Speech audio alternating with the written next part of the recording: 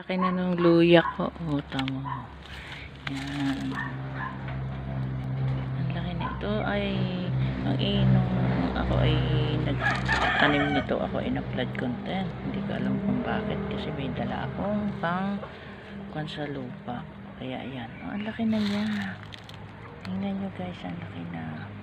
Tapos meron pa ako dito. Ayan, yung mga talong ko na nadaanan ng bagyo.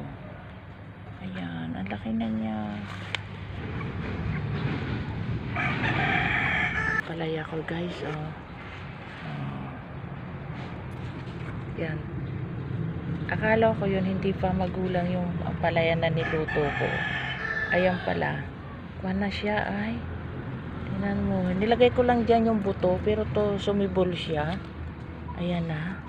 Oh, mahaba na, diba? Nakakatuwa. Meron pa siya dito nalabas, oh. Meron pa siya dito ang kuwan. Oh, diba? Oh, para-paraan lang. Oh, malay mo bumunga. Hindi natin masabi, diba? Oh, pag may gusto, may paraan. Oh. Man lang yan, diyan ko yan tinanim. Oh. Akala ko hindi mabubuhay kasi nga parang hindi pa siya magulang.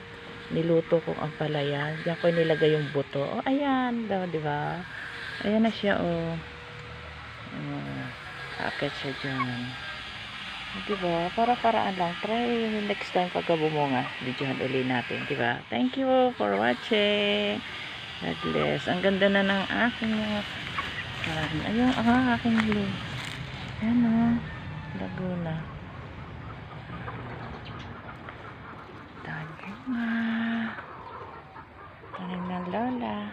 May buko. Parang napan siya. Makaka-recover yung aking talong.